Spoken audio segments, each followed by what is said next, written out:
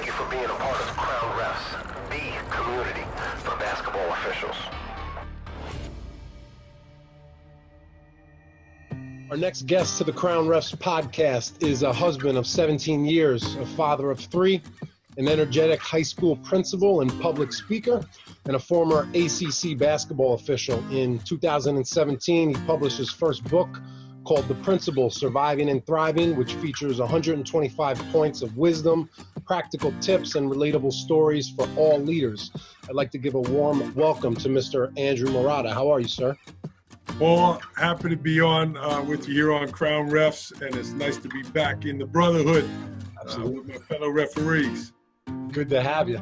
I know we had a chance to formally meet a few months ago, but I had always heard your name in different referee circles, coming up. It's funny, as you know, when you're a basketball official looking to move up the ladder, you're always paying attention to who is where you aspire to be, and the officials are kind of on the level that you want to work.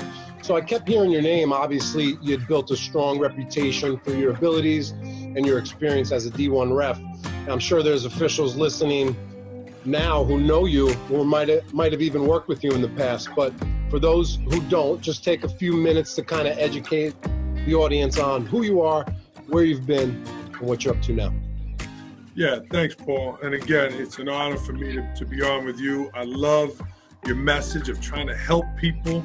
You've really, put stuff out there that's never been out there before about, how and the whys and why people are successful, and really been a learning opportunities for officials. So I commend your work and happy to be part of it.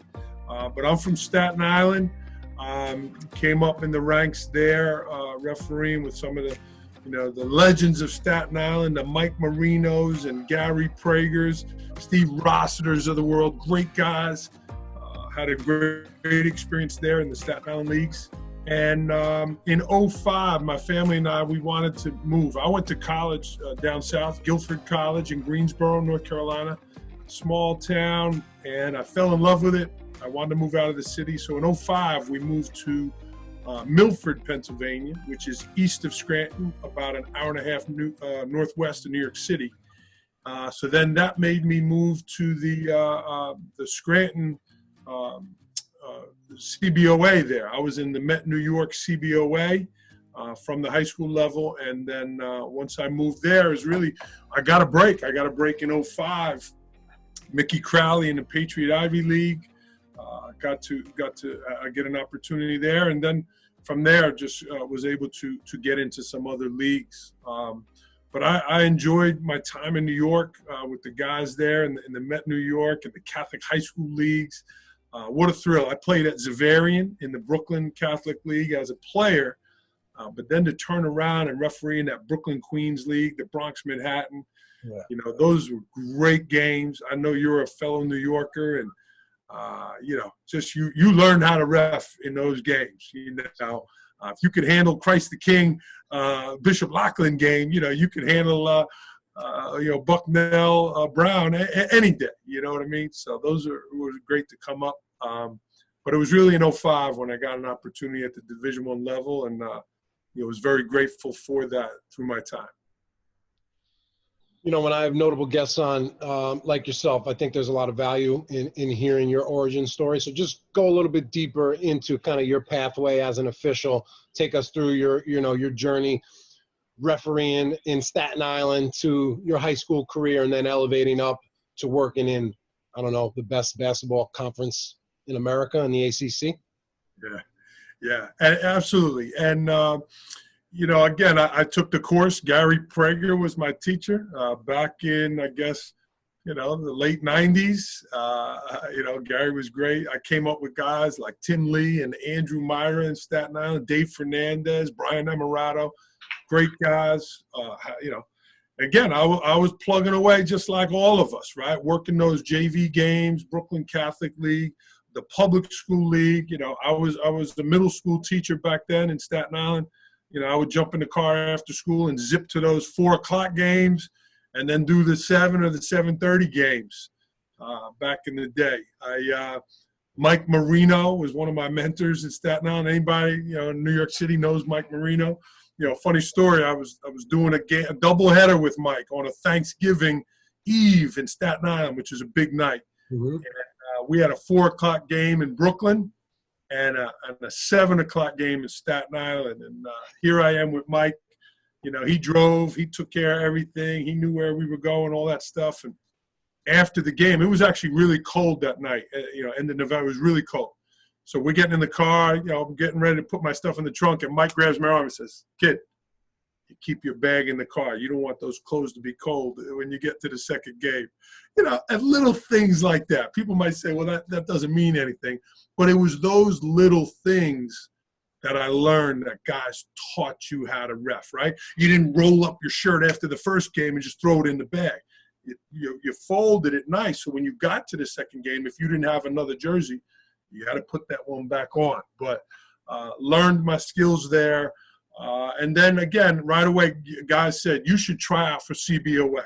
I wanted more, right? I wanted to do a good job. I made it to the varsity level. I remember doing my first TV game with �々🏆🏆, the godfather in New York of officiating.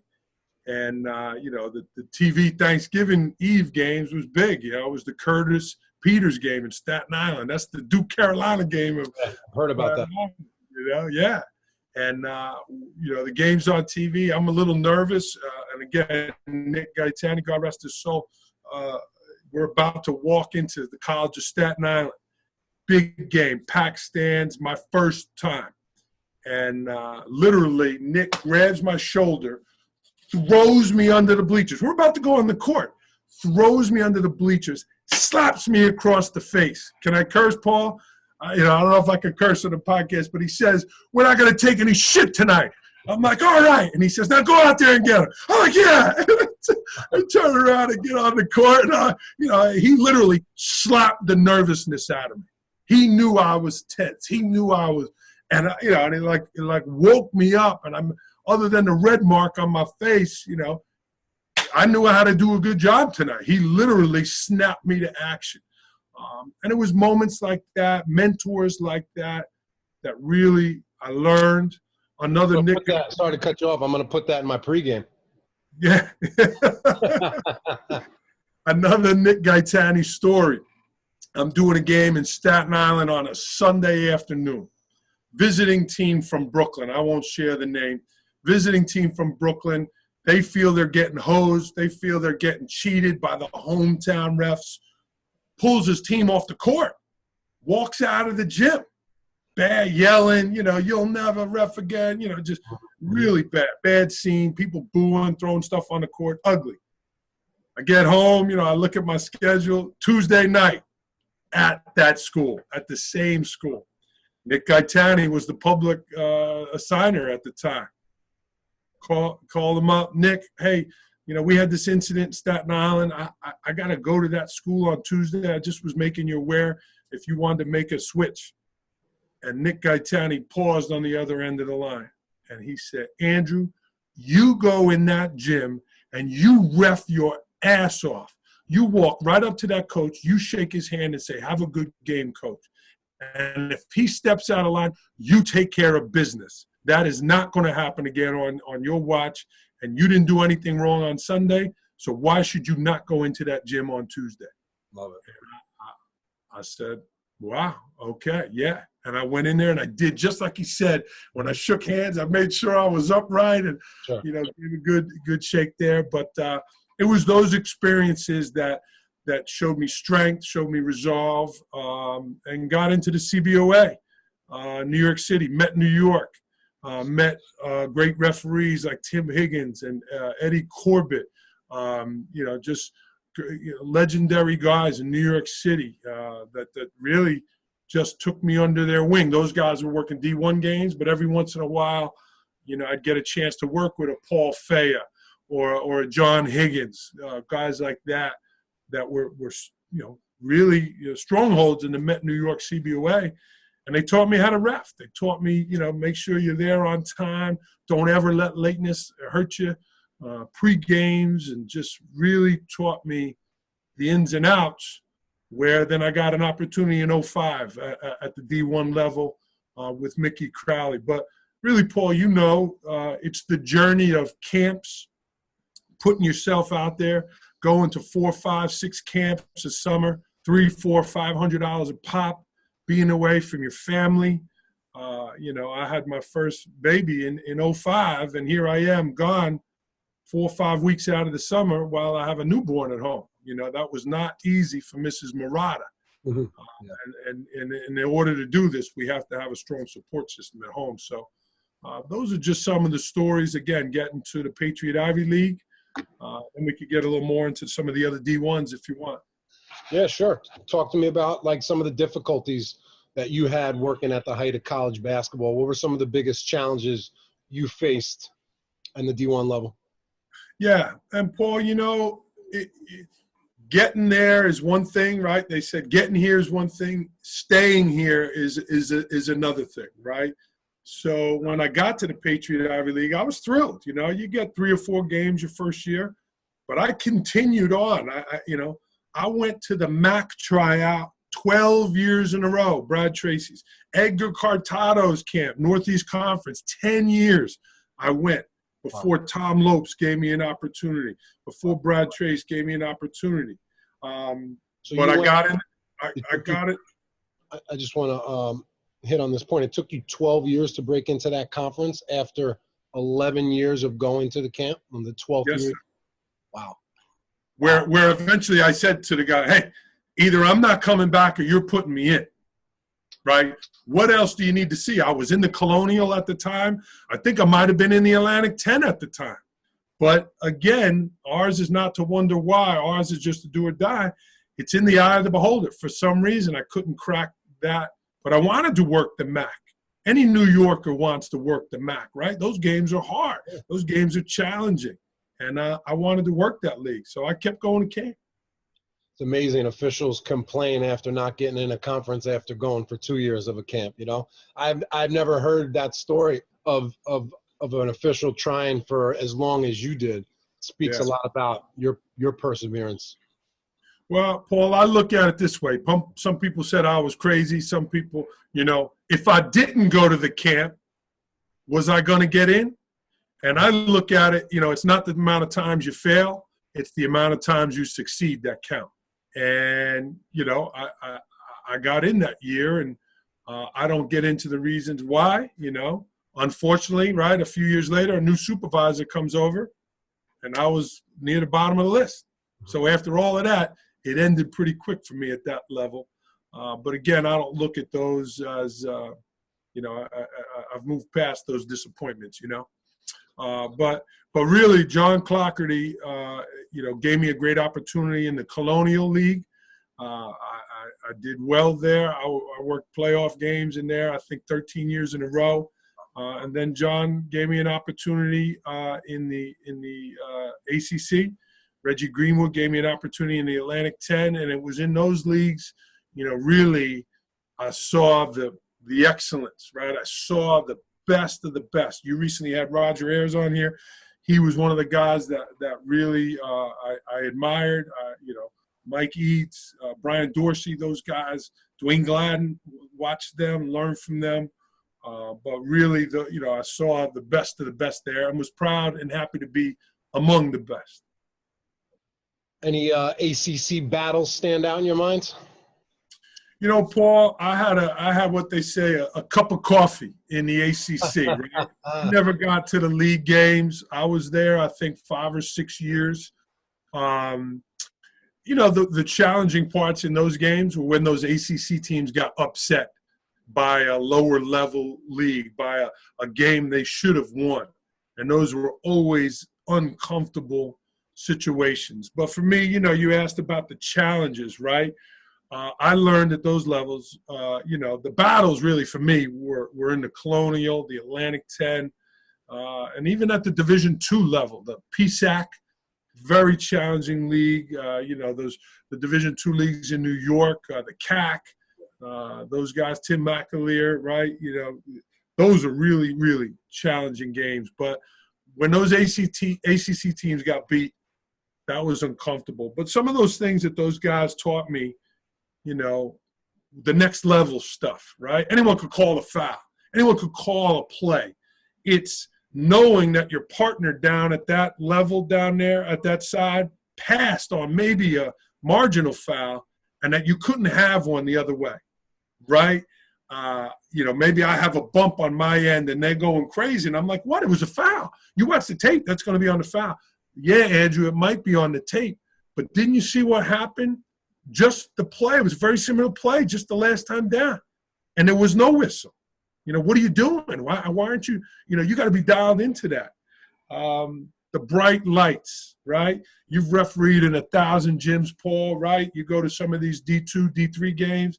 There's a few hundred people there. You know, you go to the JUCO game. Sometimes you're banging on the door to get in, right? You get to some of those levels, the lights are brighter, right? You screw up a call in a game in the D3 gym, people are going to boo, you know. You screw up a call in a game where there's, you know, 15,000 people there, it's a different reaction. And the replays on the monitor and the scrutiny of the calls, those are challenges that you have to adjust to. But like those guys in the Big East that were in that Met New York taught us, right? Only blow if you know. Mm-hmm. And if you're not sure, hold the whistle, because the play might go on. The play can continue. But if you blow the game and you blow the whistle and you have a game interrupter, now all eyes go to you. And if you're wrong, so they taught us, right? Only blow when you know. Yep. That was actually the first advice I got from one of my first camps. It was the first thing out of the clinician's mouth, you know, and it was powerful at the time. It's so simple, but it really is a powerful attribute to have and take on the court with you. I know you listed a bunch of officiating mentors, and you spoke about some already, so we might repeat a couple, but I just want to take an opportunity to recognize these gentlemen who have been influential, not only in your career, but I'm sure many others. John Clougherty, Reggie Greenwood, Tim Higgins, Gary Prager, Brian Dorsey, Mike Marino, Nick Catani, Tim McAleer, Dwayne Gladden, Tim Ebersol, Andrew Myra, and you also mentioned Mr. Roger Ayers, who was just on episodes 100 and 101. You recently published your blog, your 122nd blog called It's Your Call, which recounted a 2008 Colonial Athletic Conference game where you had the opportunity to work with Roger Ayers. Take us through that story, what you learned from it, and how it was able to help you beyond the game. Yeah, you know, and again, the guys you mentioned, so many stories, so many takeaways and lessons that I learned that helped me be a better man, person, teacher, father. You know, so I want to share a few of those stories. But I'm doing, I think it was either my second or third year doing a Colonial playoff game, you know, and it was an honor to do a Colonial playoff game, right, to be picked. But now you're doing a Colonial playoff game with Roger Ayers. You know, Roger Ayers was doing that game on a Friday, and you knew he was going to an ACC conference game on Saturday. But for him to be there, right, so that was an honor. So Roger, if you haven't met him, and again, I strongly urge you to watch the podcast that you did, Paul. They were fantastic. And Roger just really showed how to do it, right? Not, hey, look at me, watch me, but just made me feel so comfortable. Andrew, we're going to have a great game today. You know, we were about to go on the court together. He put his hand on my shoulder, right? Another time with the hand on the shoulder. Smack you in the face? Yeah, not that time. Those are the New Yorkers, you know what I mean? Yep. But, yeah, just kind of leaned forward and said, man, you belong here. You're going to do a great job. You know, he didn't have to do that. He didn't know me that well, but he knew I was a younger official, probably knew maybe I was a little bit nervous. Mm-hmm. And, yeah, just did a lot of things to make me feel calm. But I was dialed in, and I wanted to do a good job, not only because I'm working with Roger. Colonial playoff game is there. The commissioner is there. John Clougherty's there. All of those people are there. And you know the stakes of a playoff game. You know, the loser's going home. So you don't want to be involved with something that can go against the loser. Maybe that's not a good call. So we have a play. This is in the first couple of years of the replay going to the monitor, you know. This was only in – you know, it was rather new at that time, and we had one where we had to go. It was my call. I think it was you couldn't the two players, right? It went off two players in under 2 minutes. So I knew we had to go. Roger knew, I gave him this, and we're walking over there, and we look at it, and I look at it, Roger looks at it, and then I'm waiting for him to say, okay, it's blue ball. And he looked at me and said, well, what do you think, Andrew? Roger Ayers asking me what I think. And it was hard to tell. The thing went slow motion. We brought the third person in. They looked at it, and we got together. And Roger said, Andrew, what do you think? And I said, Roger, I got it going off white. And he says, well, we're going with that. And he turns around, blue ball, boom, boom, and we play. And I'm like, wow, whoa. And meanwhile, it wasn't perfectly clear, but you had to go with the information you had, right? You got to go with the information you had. Sure enough, after the game, they came in and they verified the call, and Roger gave a wink and a nod, that we got it right. And I felt empowered, I felt trusted, and that even though maybe he knew it was the right call in his mind, he never said, well, this is my call, I'm the head ref, and I'm going to take this, and we're going to get it. None of that. He said, Andrew, what do you think? It's your call. And he entertained that conversation, and in that moment of intense scrutiny and in a tense situation, he's coming to me. And I learned a lot in that moment about trust, listening, slowing things down, right? Kind of got us together here, and just was really like, this is how you do it. And I remember that. That's great. Let's talk about your book, Surviving and Thriving. I had an opportunity to recently read it, and I really enjoyed it because it was super clear to me as soon as I looked at the book and kind of browsed through it that you were focused on providing value to the reader. 125 tips and tricks for the audience to apply with whatever line of work they're in, regardless of their occupation. Now, I know there's teachers that are also referees listening, athletic directors, and other school staff. What would you like the audience to know about your book, and why should they read it? Yeah, and I actually changed the title, Paul, right, to make it used to say for all school administrators, and now it's for all leaders, is the subtitle there, because it's about leadership. It's about people. It's about relationships. It's about helping others, like you're doing on this podcast. You're helping have access to have a conversation with Roger Ayers. You're helping them get better. And, I've learned a lot through my time officiating, through my time being a school principal. And someone said, Andrew, you gotta share these out. You gotta put these on paper, because you're pretty good at what you're doing, right? And that was a nice compliment to me. But what better way to honor my craft than to help others, right? We've all been given gifts and talents, but it's really to share them and give them away. That's the true gift. So I was fortunate to do that, and they kind of just flew out. They just, I don't know.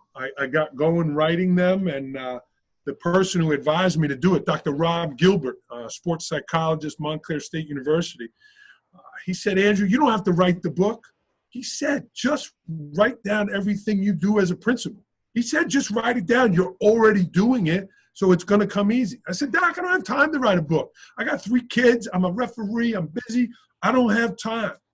Well, sure enough, on the way home, I wasn't texting and driving, but I was talking to text. And on the way home from Montclair State, about an hour and change to Milford, PA, referees always know how far the school is. I had 60 tips. The next day at school, right? I always talk about having a pad and pen with you at school. I had 40 more. So in less than 24 hours, I had 100 tips of those, of that book. And it just came out, right? Roger Ayers said on episode 100 and 101, be the referee that everyone wants to work with. Well, I want to be the school leader that everyone wants to work with. I want to be the educator that everyone wants to be around. Not that I want to be liked, but because they are comfortable in our interactions. They are comfortable and feel good about themselves because they're around me. And that's what I wanted to do with the book. But it's really about people. and inspiring and motivating people on things that you could do to do that. For example, right, I got my school postcards here. I work at Port Jervis High School in Orange County, New York, right? These are little notes that I send home to people. So when a kid or a teacher does something great, boom, I write a little handwritten note and throw it in the mail. And it's like that mentor referee when you work that game with them and they shoot you a text at like 10:30 saying, hey, Paul, great job today in that game. Great way to handle that play. I love the way you spoke to that coach. It is those little things that referee doesn't have to do that supports you. Hey, Paul, here's my cell number. You reach out to me anytime you want to talk. You're driving home from a game. Paul, if you have a tough call, reach out to me. Those little personal connections that make you feel that comfortable, right? So those are some of the things that I wanted to accomplish. But I also share a lot of the leadership lessons I learned refereeing. How to talk to angry people, right? Those coaches that are angry. I learned a lot from those referees that I mentioned, right? So we get angry parents, right? Just go over there and listen. Let the air out of the balloon. You go over there like you listen, right? When you do this, you're listening to them. Well, I do the same thing at school. How about dressing the part, right? I was taught as a Met New York official, half the battle is looking the part, making sure your uniform looked good, making sure the shirt was tight, all of that, clean shaven.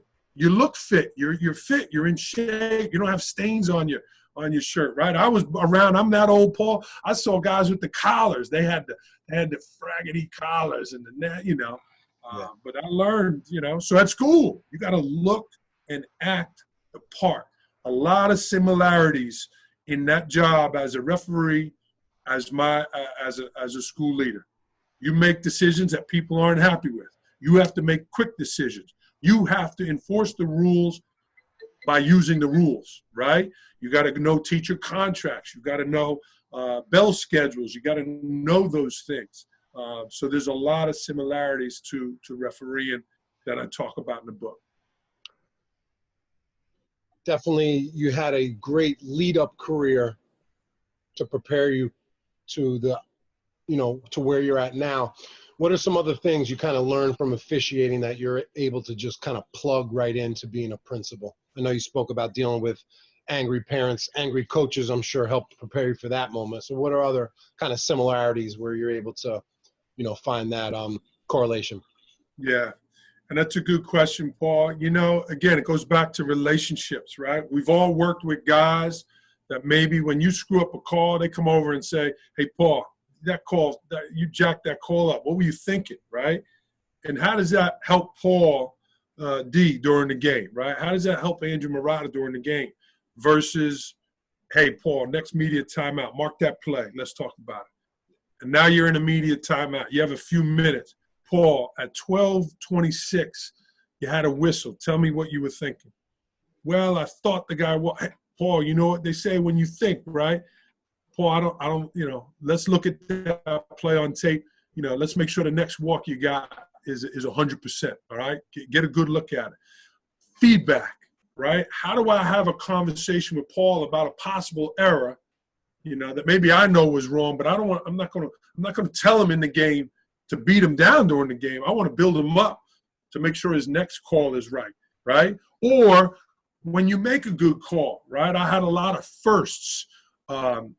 I wanted to share my first time at Madison Square Garden, Paul. That was a monumental day for me, right? Every New Yorker wants to ref at the Garden, and I was blessed to get an ECAC game there. Again, reffing with two New Yorkers, Tim Higgins and Paul Fayette. And, Tim talked, again, right before going out on the court. Andrew, this is your first game. You are leading the captains. You're tossing the ball. You're doing this. You're doing that. He said, the Garden's a bigger place, Andrew. Give it the space it needs. Hold that whistle. Hold that whistle for a second. Don't give me any D3 whistles in this game. Hold it. So I'm listening. Yep, you got it, Tim. I'm going to hold that. I'm going to, And again, right, as a play, you got some marquee teams there. There's a little bump at the foul line. Definitely knocked them off, right? And by rule, he knocked them off his thing. It's a foul. Bumped them off. And I almost pulled it, Paul. Almost blew it. and Pump fake? I gave him a flinch, Paul. The arm wasn't going forward. I always But like I almost did. I always like to kind of smooth over my hair after a pump fake, or just like scratch my head and play it off.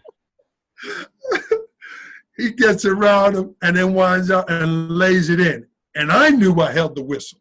And I was pleased that I held the whistle. And then I look up and I make eye contact with Tim, and he gives me the wink. And I knew in that moment that that's the play he was talking about, that maybe at another level, you might have a whistle. Or at a high school game, you might have a whistle. But I held it, right? Because he said the Garden needs the space. It's a bigger place. These guys can play, Andrew. And it was that, that feedback, that the way you give feedback to people, right? I have to do in my job as a principal. But I also want to share about Tim Higgins. Tim Higgins says after the game, we chatting a little bit. Well, hey, I'm going here, I'm going there. It's the holiday time, so people had gatherings. So Tim said, I'm meeting my family after the game for a steak dinner.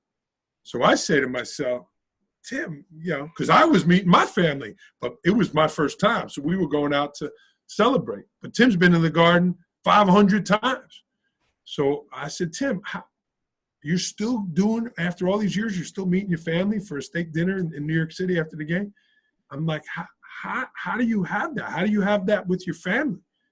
And he said, well, what are you doing after the game, Andrew? I said, well, I was going to watch the second game. He said, well, let's talk. And he yelled to the manager, bring in the cooler.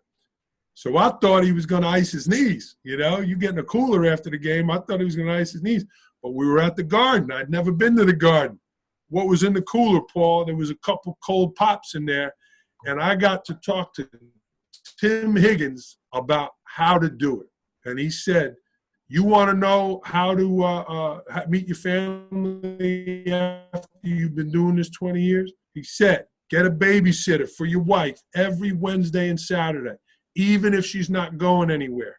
And you pay that babysitter a few more bucks than they normally get per hour. You give your wife a check every year with no questions asked. You make sure your wife always knows where you are and when you're coming home. She needs to know where you are and when you're coming home. You do this, you do that. And he said, when you come home, you're going to want to turn it off. You're going to want to kick back and you need to relax. He said, when you get home, you need to turn it on. Honey, what can I do? What do you need done? How can I help? Now, you've been traveling. You had a tough game. You're this, you're tired, you're that. Nobody home wants to hear that. They want to know that Daddy's home and Mr. Higgins is home and that he's there and present. And Tim shared this with me for over an hour for the halftime of the first game. And we had a few pops and I went home and did all of those things that he recommended. And it strengthened my relationship with my wife because I had little kids at the time. And that ain't easy for her. And we as officials got to have a good family setting so our brains can be where it's at. For those important times on the court, I could focus knowing that my family's being taken care of. So those were some things, Paul. And the last thing, to go back to your question about some similarities, chunk in the work, right? Veteran referees said, Andrew, you don't have to focus for 2 hours, Andrew. You got all this big arena, all this stuff going on, the whistles there. You don't have to focus for 2 hours. You only got to be excellent for 4 minutes. 4 minutes at a time, Andrew. Get to that 16-minute timeout. Get every play right. Run like your ass is on fire. Hustle. Be strong. Good mechanics. All of that only for 4 minutes, Andrew. Who can't do anything for 4 minutes? And then you can get some water, and then you can reset, and then we're going to do it for 4 minutes again. And I give that message to my teachers. I give that message to educators now that are starting school. You don't have to teach virtually for 10 months. You got to teach virtually on this day. And for this period, we're going to break it down so it's smaller, more manageable chunks.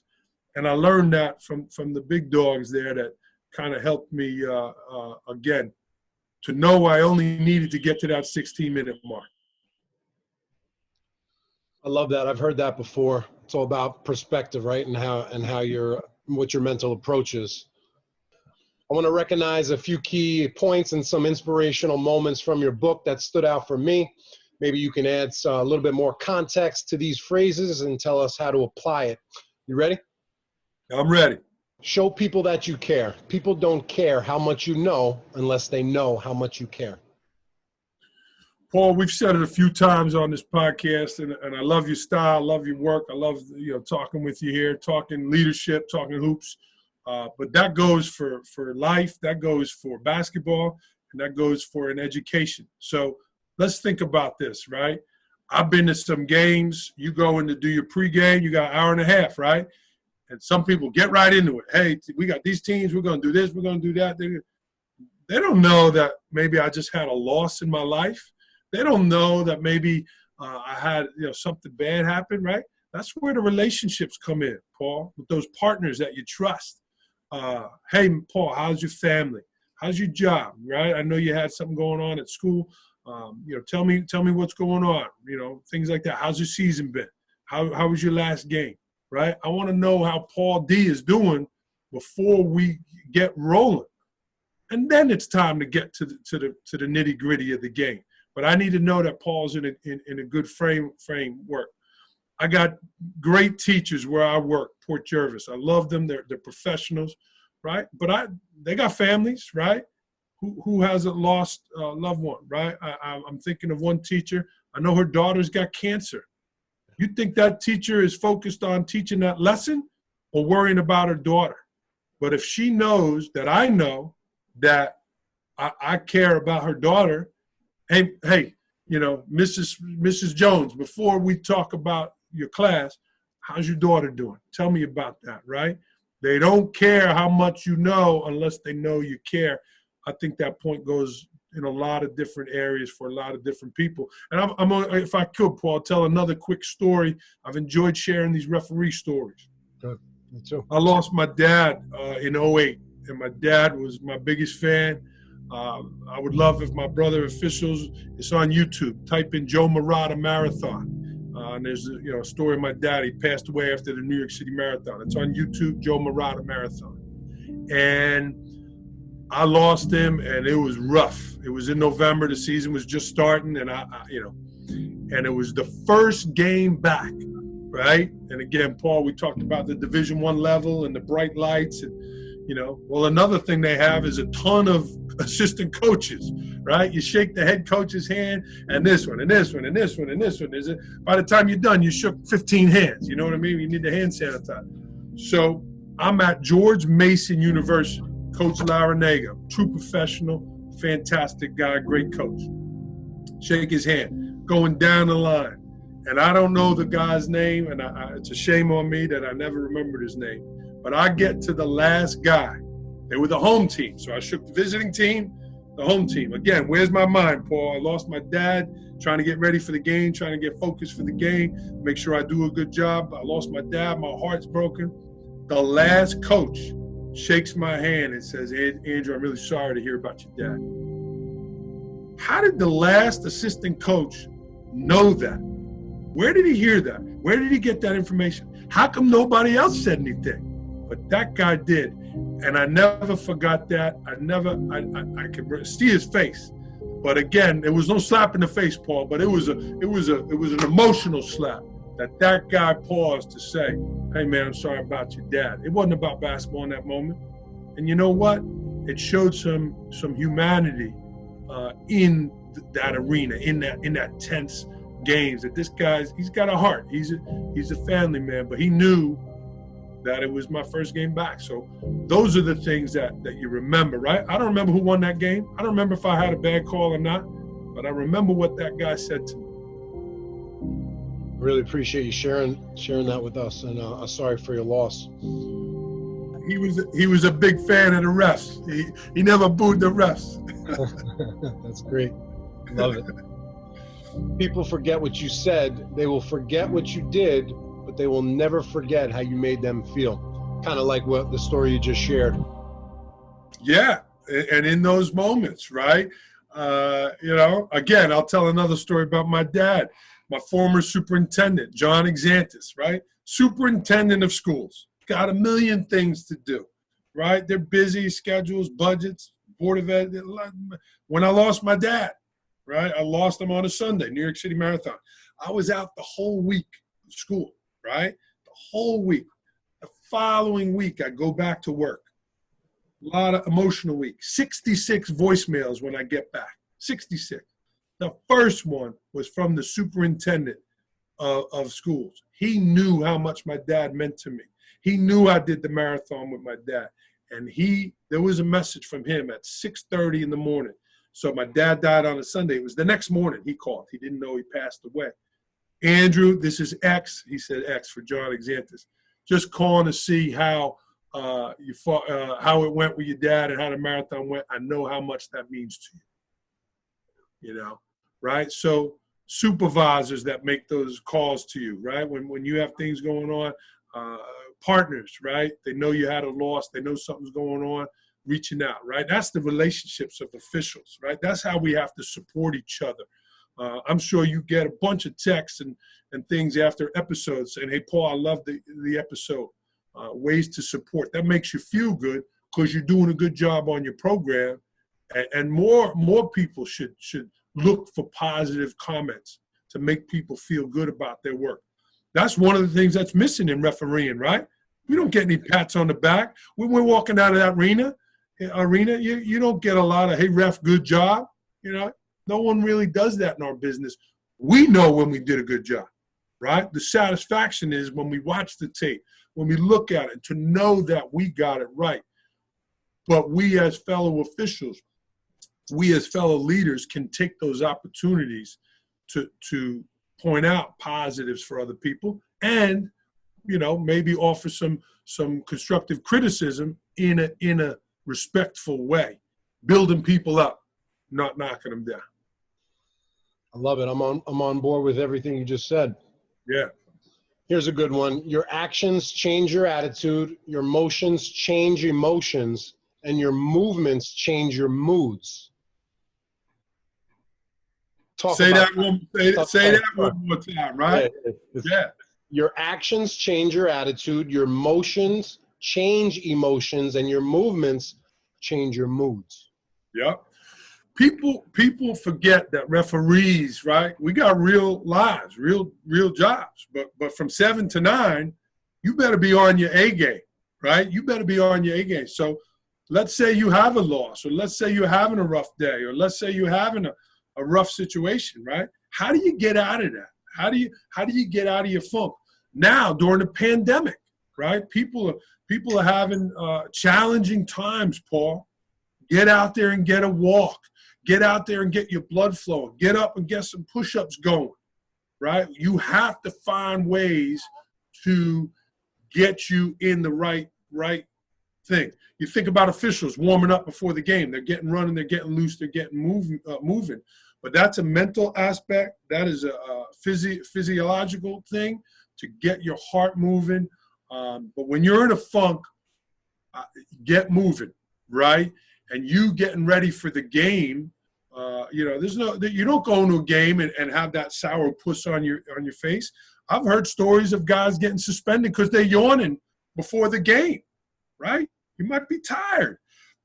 You yawn before the game, and now the coach sees that. What does that say about you and your readiness for the game? So you better do something to shake off those cobwebs. Your actions, your motions, and your your moves. Change your mood. I got ADD, Paul. I got energy, Paul, and that to me would get me going, right? You see those refs, right, getting their legs moving, right? They do that rapid thing to get them going, getting that energy going. But sometimes we got to get ourselves out of a funk, and there's no reason for it. You're not going to the supervisor and say, well, I was in a bad mood, or I wasn't happy, right? Or how about even worse? Sometimes the referees that aren't happy to be at that game, right? Maybe they're not happy at that D2 game or that D3 game, and they got that look going on, right? They wish they were at another game. But we learned early on, right? That game is the most important game of the night, the one that you're in for those kids and those coaches, right? So you better not have that mood on your face. That's something some of the guys taught me when I got to the D1 level. And they told me, those mentors, don't you ever take it off a little bit when you're doing a D3 game or a JUCO game, because now you're a D1, right? You show them why you're a D1 official, not downshift and maybe not run as hard or not give it all you got in those games, because that game is important to those coaches and those players, just like it is at the D1 level. That was another thing I learned from those guys. Andrew, can I take a 2-minute break to say hi to my daughter? She's banging on the door. Go for it, man. You got to do it, brother. You got to do it. Lexi! Yeah, she was knocking when you were like getting on fire with your last point, so I'm just like, just trying to hold off, you know? All right, cool. I got a couple more here. Yeah, I'm enjoying this, Paul. You're doing a good job. Absolutely. Thank you. Let's see here. Talk to me about what are the benefits of being the most enthusiastic and energetic person in the building? Because you obviously have those character traits. Talk about what have been some of the benefits throughout your life of being this particular type of person. Yeah, and Paul, you know, that has helped me in a lot of ways. In terms of refereeing, right? That was something I had to learn to dial back, something to slow down, right? I think energy and enthusiasm can carry you through a lot of things. I got my logo and my stuff here. And, energy, enthusiasm, extra excellence, and effort, right? Those are my message that I want to carry out with the work I'm doing now, helping other school leaders. But as an official, it was important that I tone down that a little bit. Maybe not go so fast, maybe not, you know. It helped me with certainly sprinting up and down the court. But again, some of those guys that have been around, right? The Roger Ayers, right? Got the cool hair, the swagger, the slowing down. Dwayne Gladden showing me to slow down. Andrew Myra, Andrew, slow it down. Where that energy was something I had to, dial back, because you didn't want to give a crazed look. You didn't want to give an out of control look. Whereas if you're trying to motivate people, you're trying to talk to 200 students in an auditorium, making they can believe, that helps me. Right. In an arena where you got to look calm, cool, and collected, I had to dial that back. So those were things I had to kind of turn on and off a little bit. But I believe it's contagious. Even your podcast here, if I was speaking like this and talking about officiating, that might not be as well received as doing it with some animation. Right. With a little spark. A little spunk. Another really good one here. Inspect what you expect. Stand by your demands. Yeah, right. And think about that. We have supervisors watching us as officials, right? And the points of emphasis, they're looking at it, right? So as a leader, as a school leader, right, as the head referee, right, inspect what you expect. So they're looking at the tape. They're checking that those things are done, right? And if you're telling everyone that you're going to call the hand check, or you're going to call the 3 seconds in the lane, or whatever the point of emphasis was, you better do it, because they're going to be inspecting it, right?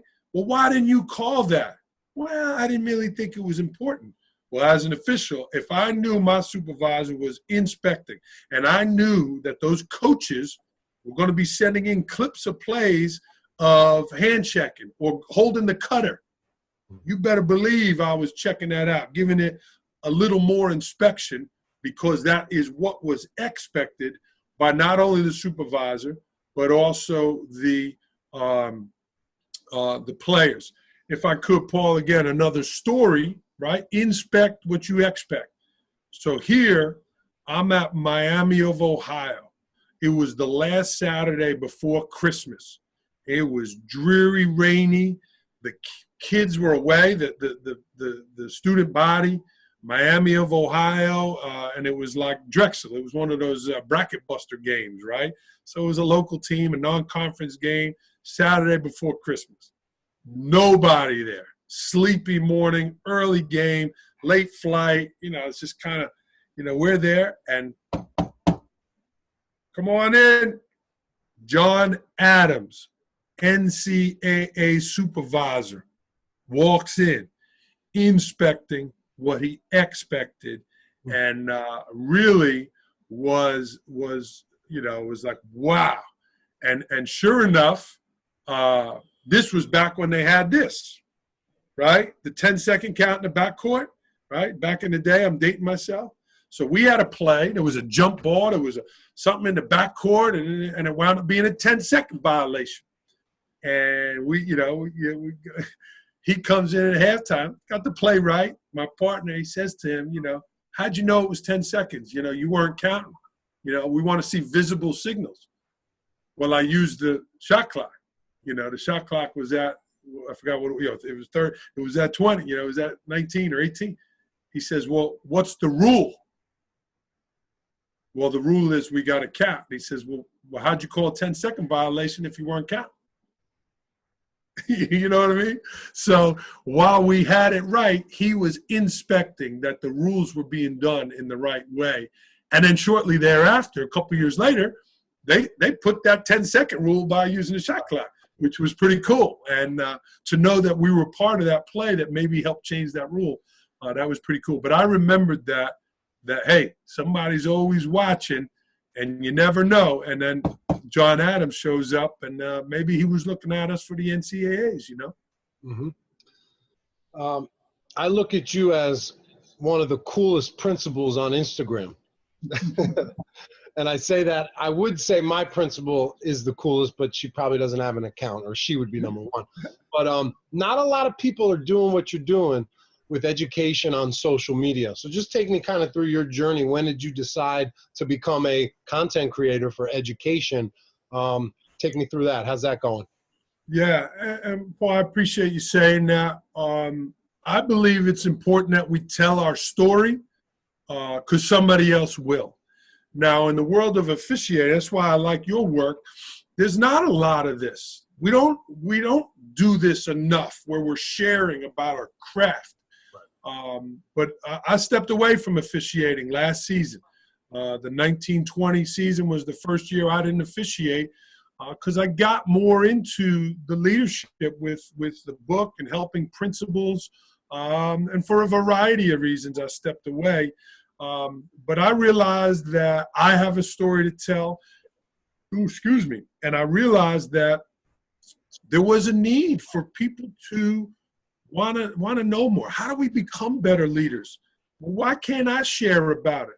Not that I want Andrew Marotta to be on Instagram or Facebook, but the message about how to handle different situations. How do you handle when a parent's yelling at you? How do you handle when you make a mistake?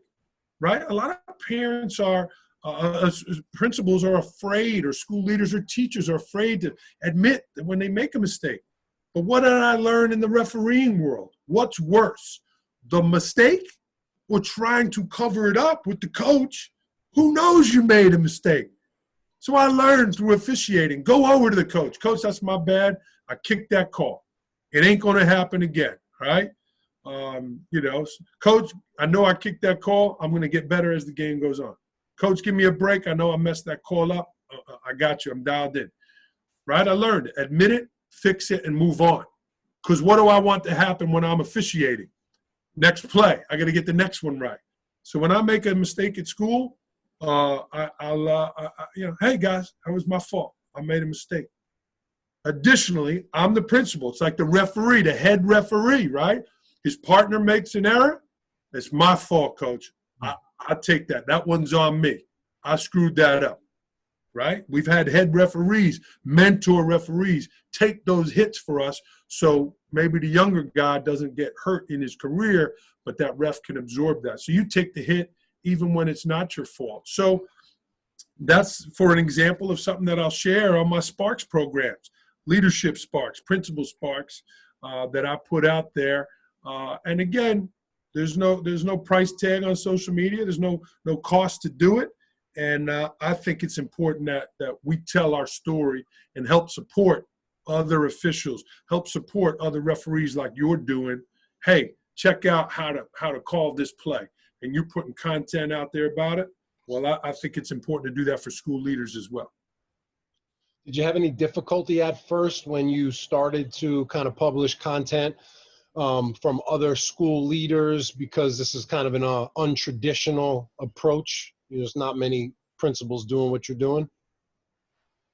Yeah, Paul, not so much. I always tried to keep my refereeing world separate than my school, right? I was Andrew Marotta, the referee, and then I was Andrew Marotta, the educator. And now I'm Andrew Marotta, surviving and thriving, and I'm Andrew Marotta, the educator. I still keep it separate. I mentioned my school today, and that's okay because I'm proud of it. But for the most part, I keep it separate. So I won't mention names, and I won't mention specific schools, and I won't mention that. And I'll do it after hours. You and I are recording this podcast later in the evening. But, I wouldn't do it during the school day because now I'm in school time. And I learned that again, officiating. When I'm dialed in officiating, 5 p.m. in the locker room till 9 p.m., I'm officiating. Afterwards, I'm with my family. We just had a moment to meet your daughter earlier, right? When this ends, you got to go take care of your daughter and your family. So I learned that. So I always kept them separate. But there are some people that aren't fans of it. My opinion is I need to do what I think is best to help others. And I believe that I have a story to tell with valuable experience. And that's why we're talking here today. I was fortunate to work in some of those leagues, and I learned a few things across the way. And you seeing the relationship between officiating and educating, because you're an educator too. And I'm happy to share that story again today, not because of Andrew Marotta, but because it could help somebody else. And I'm hoping that at least one thing I said today was helpful. Absolutely. It must be cool for you to have your employees or your teachers listening to your podcast. Do you have any students that have been able to interact with your work? You know what, Paul? It's fun that the kids are on there. Again, I try not to interact too much with students because I don't want to cross that line. But they'll like the things. They'll tweet the things. They'll do those things. But, it's just like officiating. Right? If you had the big game the other night, right? And you had the game. Just like any other game, right? You don't want to make something bigger than it is, or they'll say, "Oh, Mr. Marotta, I saw your podcast, Principal Sparks." They'll do that, and I'll play along with them. But my dad used to say all the time, SPS, self-praise stinks, right? So again, this isn't about Andrew Marotta. This is about helping other people and getting that positive message out there. But it's certainly nice when the kids will do that. And they zing me a little bit too. If I do something funny, they'll give it to me. I'm on a Hamilton kick right now, right? So I keep telling people we're not going to miss our shot. And the kids have been busting about that. But hey, as educators, right, we got a shot to do something different this year. So I'm singing, singing those tunes, and they zing me a little bit. Love it. I have another question for you. How long were you, working in the Division I level and being a principal? How sustainable is that? Yeah, that's a great question, Paul, because you want to be in it for the long run, right? Your health and your wellness, your relationship to your family, and then certainly doing a good job at your day job as well as your refereeing job. So 2005, I was an assistant principal. I've been principal now, the years all blur a little bit, since 12. Okay. So, really since 2005 till I stepped away in 19. So that was, what is that, 14 years? You were able to juggle those two careers pretty well. And I found the balance, Paul. I found what works for me. One of the things I did enjoy, a lot of people say, Andrew, how'd you do it?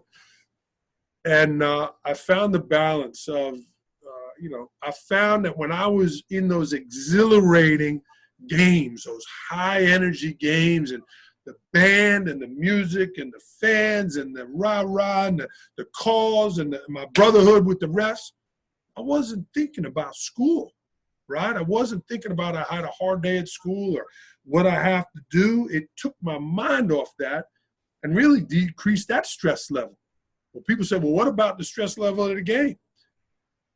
I didn't view them as stressful. I viewed them as a challenge, and I'm qualified to be here, and I could do it. It was like a release for me to be in those settings. But then the flip side, the next morning when I was at work, I wasn't harping about that call. oh, what did I? Oh my God, I'm gonna, I would let the supervisor know, hey, 18-12 first half, I might have kicked the wall, whatever. But I was moving on to the next play. I was moving on back to work. And again, that time in the car was some decompression, singing along to music, listening to books on tape. Those were a release for me. So I found that balance with it. I maximized my time, Paul. I hired drivers very often and would pay them to drive my minivan, the Swagger Wagon. I got kids, so we had the minivan. And, again, how did I get to Virginia on a Wednesday? I took a half a day from school, right? Separate the times, took a half a day from school, jumped in the car, drove down 7 hours, would get down there, do the game, get out of there at 9, get in the car at 9:30, 7 hours, do the math back. And I'm back, 5, 6 in the morning, jump in the shower at school. I'm in my office at 6:15. People say, what? How? Because there would be kids watching the game or teachers watching the game saying, I just saw you at North Carolina last night. How'd you get here? I say, hey, man, snap of the fingers. I can't tell you all my tricks, but they were unbelievable. And in those moments, I always made sure I never yawned. I was always shaving, never looking tired, because I wanted to make sure that they knew that I was committed to doing a good job, not only officiating, but to school. But in the car, I'm doing my observations. I'm writing those emails. I'm doing all that good stuff to maximize my time, taking a nap in the car, all of that to make sure I could do a good job in those arenas. And then here, I stepped away. There's certain things I miss. I miss the energies of those games. I miss the relationships with the referees. The travel is not something I miss. And I know they're working on that, trying to improve the travel for the guys. But that was a challenge for sure. Well, I really appreciate having you on. You have a vibrant personality, really energetic and enthusiastic, and I'm sure everybody listening can feel that too. Is there any final thoughts that you have for the officiating community that's listening? Yeah, Paul, and I appreciate you giving me an opportunity and your work, really, your message, trying to help other people. You've said I'm doing some stuff that other people aren't doing. Well, there's people that are doing what I'm doing, but I don't think there's a lot of people doing what you're doing for the benefit of helping others, which I think is great. And certainly you're getting a firsthand look at trying to improve yourself. So kudos to you. But what I would say, Paul, how do you get the things in your life that you want, right? Some of the secrets that people share with me, they said you got to help other people get what they want, is what people I've learned. So, we all want to get in that next conference. We all want to be hired in that next league. I remember knocking on that door, going to those camps, 10 years plus, trying to get in those leagues, right? But it was really about being a good partner in those referee games to shine, right? Well, I got to grab all the calls, and I want to get those calls so they can see me. But it was really, how did I support the dynamics of the crew? How did I support those guys? How did I pat that guy on the butt and say, hey, good job, right?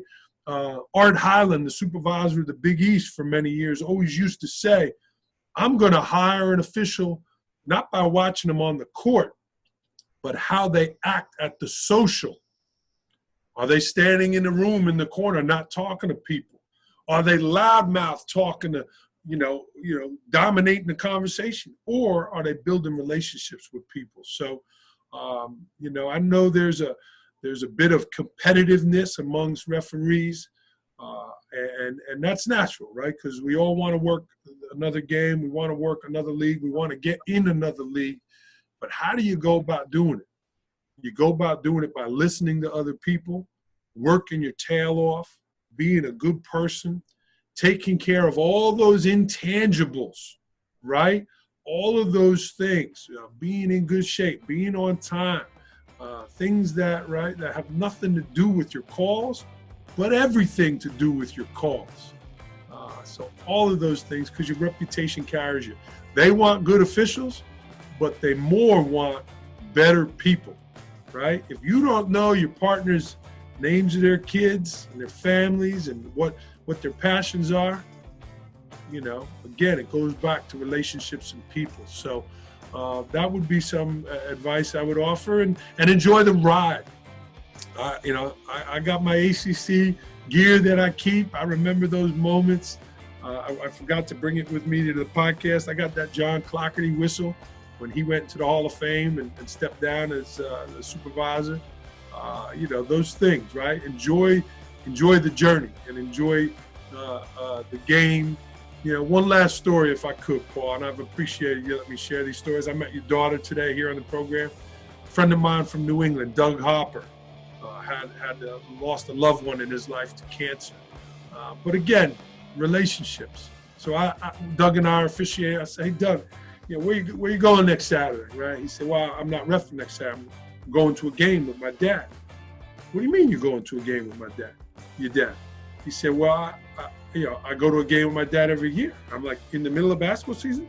He said, yeah, we go to a college game or an NFL game, and we do it every year. I said, really? He said, yeah, when I was a little kid, 8, 9, 10 years old, he started taking me to a game every year. And I'm like, well, Doug, you're like, you know, in your late 40s, early 50s now. And he said, yeah, and now I take my dad, and we still go. My dad's in his 70s, and we're going to a game. And I was like, wow, Doug. And I went home, that thing, boom, got my son. My son's 12 now. I go with my daughters too. I take each one of my kids somewhere with just me each year, you know, to somewhere special. But for years now, I've taken my son. We've gone to a Patriots game. We've gone to a NASCAR race. We went to a Michigan football game, somewhere with just me and him, or me and my daughters. But I learned that from talking to Doug, and what was better for Doug all those years, the officiating or those times with his dad, right? And certainly the games officiating are important and great, but I learned that because Doug and I had a relationship, but it improved my life as a father and a husband, and helped me as a family man that I learned through officiating. So those are just some things that I wanted to share, and again, I appreciate the opportunity, Paul. Love it. Thanks a lot for sharing and giving us all your insights. I had a lot of fun, and definitely learned a lot from you. Look forward to more of your work coming out.